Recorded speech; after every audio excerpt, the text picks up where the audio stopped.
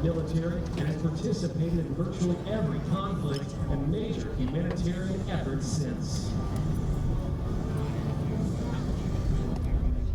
The C-130 has been widely operated as an aero refueling platform, cargo transport, medical evacuation airlifter, reconnaissance asset, and even in some particular models that of tactical gunships. In addition to its military role, the C-130 has also seen great use in a variety of efforts, including operations in the Congo, Somalia, Bosnia, Kosovo, Japan, and even in New Orleans following the aftermath of Hurricane Katrina. The pilots commanding today's aircraft include that of Lieutenant Colonel Josh Ketterer, the commander of the 165th Airlift Squadron, and he is joined in the right seat by Captain Nick Ranke.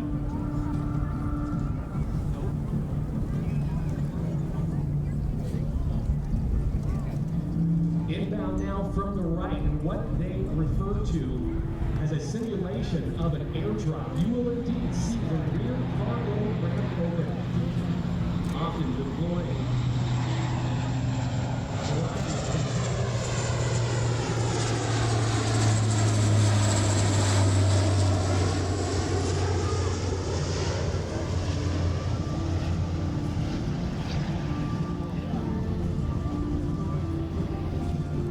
the C-130J, very versatile, can easily operate out of short or unapproved airstrips, including dirt, salt flats, and even ice. The C-130 also holds the record for the largest and heaviest aircraft ever to land on an aircraft carrier, and it did so without a tailhook. It was in October of 1963 that the C-130 performed an unusual test to see whether or not it could be done, and not only did it land on the USS Forrestal, it took off from it as well, and it did so some 21 times. That program to test whether or not a Hercules could be developed into a carrier onboard delivery platform or COD for the U.S. Navy. The Kentucky Air National Guard plays a critical role in supporting both state and federal missions. At the state level, they are responsible for providing disaster relief, humanitarian aid, and emergency response during national disasters, civil unrest, and other crises within the state. They work closely with state authorities and other National Guard units to ensure the safety and security of local communities. On the federal level, we are a key component to the U.S. Air Force's total force, which is deployed globally in support of our national defense and overseas operations. Setting up now for their last pass, let's give a big wave to our Kentucky Air National C-130J.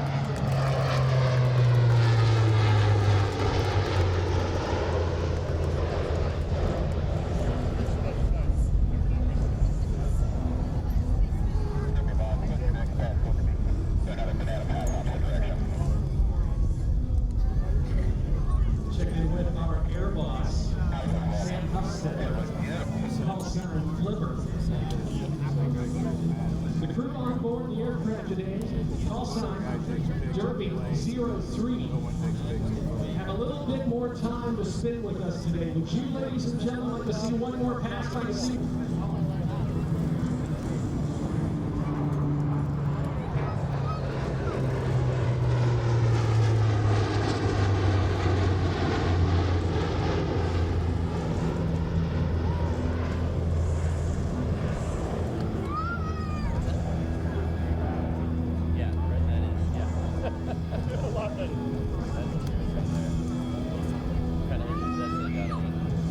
Wingspan of the mighty Super Hercules, some 132 feet. It's well over 3 stories tall. The wingspan, in fact, believe it or not, could fully encompass the first flight of the Wright brothers back in 1903. That total flight back then, 120 feet. Yes, indeed, the first powered flight of man in history could have taken place on top of that, the wingspan of the C-130J.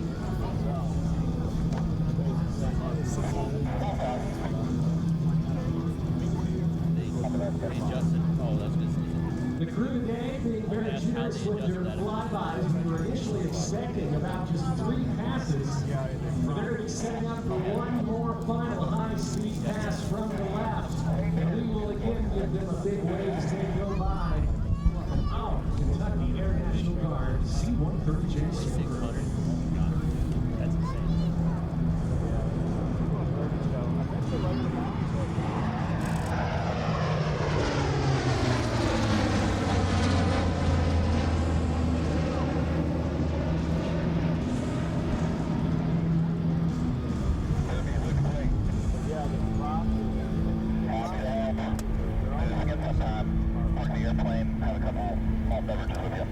Sounds good. You guys have a safe flight from your profit. Thank you very much. And they're out, ladies and gentlemen. One final time. Let's give it up for the Herc.